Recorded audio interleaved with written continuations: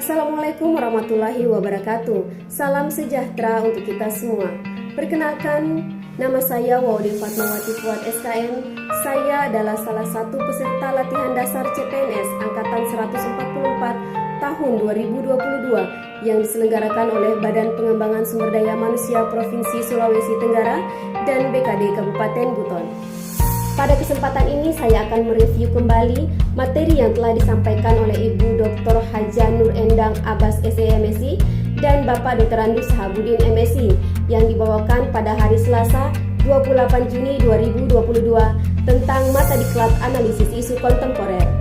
Materi pelatihan analisis isu kontemporer merupakan materi lanjutan dari materi wawasan kebangsaan, di mana dalam pelatihan ini kami diberi materi tentang isu-isu apa saja yang sedang hangat terjadi baik di Indonesia maupun di dunia.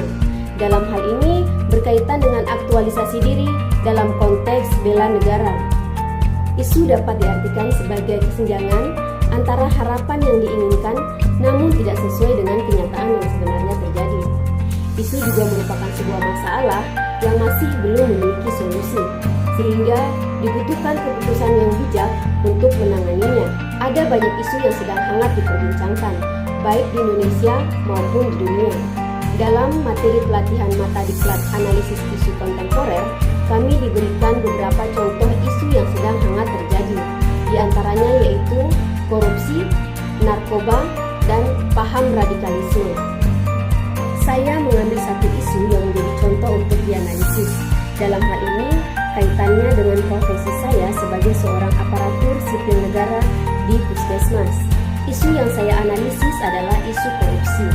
Korupsi merupakan suatu masalah yang dapat terjadi pada siapapun. Dapat pula terjadi dalam suatu kelompok atau organisasi manapun, baik dalam skala kecil maupun dalam skala besar. Korupsi tidak hanya dapat diartikan sebagai korupsi uang, namun dapat pula diartikan sebagai hal yang lainnya. Misalnya, korupsi waktu bekerja sebagai seorang aparatur sipil negara. Contohnya, saya sebagai seorang ASN di Puskesmas. Disiplin waktu bekerja merupakan hal yang utama. Pelayanan yang baik kepada masyarakat dapat dimulai dengan datang tepat waktu di lokasi kerja. Apabila seorang ASN datang terlambat di lokasi kerja, maka dapat diartikan sebagai korupsi waktu bekerja.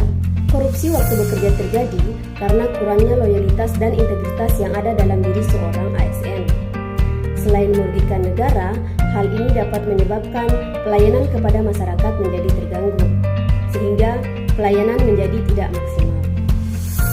Oleh karena itu, sebagai seorang ASN, saya harus menegakkan kedisiplinan sebagaimana yang tertuang dalam Panca Prasetya Korps Pegawai Republik Indonesia dan Undang-Undang tentang ASN Nomor 5 Pasal 10 Tahun 2014, di mana 3 fungsi utama seorang ASN, yaitu yang pertama sebagai pelaksana kebijakan publik, yang kedua sebagai pelayan publik, dan yang ketiga sebagai perekat dan pemersatu bangsa.